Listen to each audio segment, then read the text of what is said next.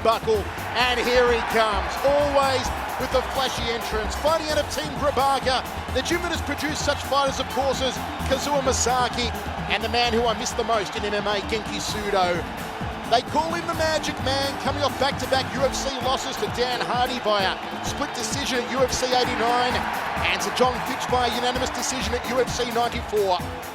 Had just the one win in his 3 stints in UFC, that being against Tamda McCrory. Japanese MMA, and they're not kind to their fighters. Well, one of the longest-serving mixed martial arts fighters in the world, made his MMA debut back in 1994. Had a long stint in Shudo, then Pancrase, before being picked up by Pride. He's had a lot of men to wars. defeat Gegard Mousasi, of course, as well, which is a huge thing, given who Gegard Mousasi is these days as the Dream Middleweight champion, now making a move onto the Strikeforce promotions. They don't come much more decorated than the Magic Man, Akihiro Gono. Well, I think that Hornbuckle's got an opportunity to make make a name for himself, because we know very little about him.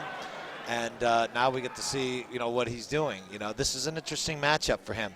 And it's also interesting hair. You ever notice the different styles of MMA hair, the colors, the thing? I think so far, besides the wigs on the if I had hair, not so pretty transvestites. He can keep the dress, but I'll take the wig. Yeah. Gono's got a better suit collection than you, Guy Mesga, and that's saying something. Your wardrobe full of Versace and Armani suits. So he's probably a little bit cautious about that. He's probably a little tired. Oh, the big kibosh! Oh my God! The big kibosh! It's over! It's over! It's good night, Irene! Gono is laid out cold! Unbelievable! The big kibosh from the handler! I tell you what, Guy Mesga, you can have Ivel on Goodridge, you can have Gonzaga on Krokop, you can have Saromskis on high. I'll take Hornbuckle on Gono as the greatest kick knockout in mixed martial arts history.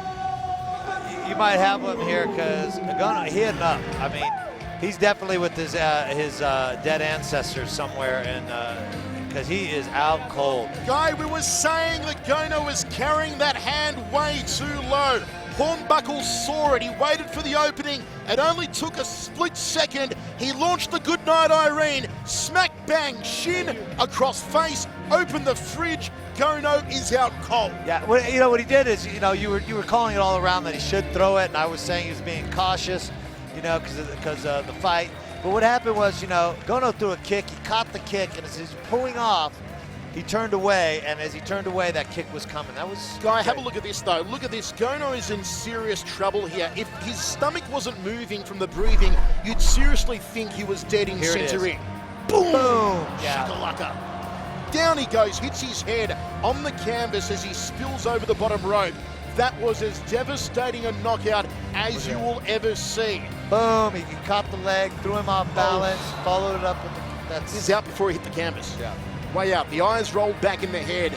Gono He's out as we're stiff talking. on the canvas and now being put onto a stretcher.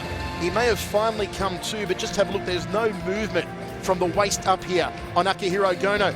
Guy, you've seen a lot of bad KOs over the years that you were fighting. It's not a sight you like to see, a guy laid out like this. No, generally speaking, the fighters that knock guys out like this, they feel bad about doing it because they know that it could be them. And that's, you just pray that he's okay. Our thoughts go out to him and his family. I hope he's okay. It's tough when you see this. As devastating a knockout as we have ever seen, that is one that will be shown on the highlight reels for years to come as they stretcher Gono back. Jubilation, the heavily underrated Hornbuckle shows why he needs to be considered yet again. And folks, coming up next,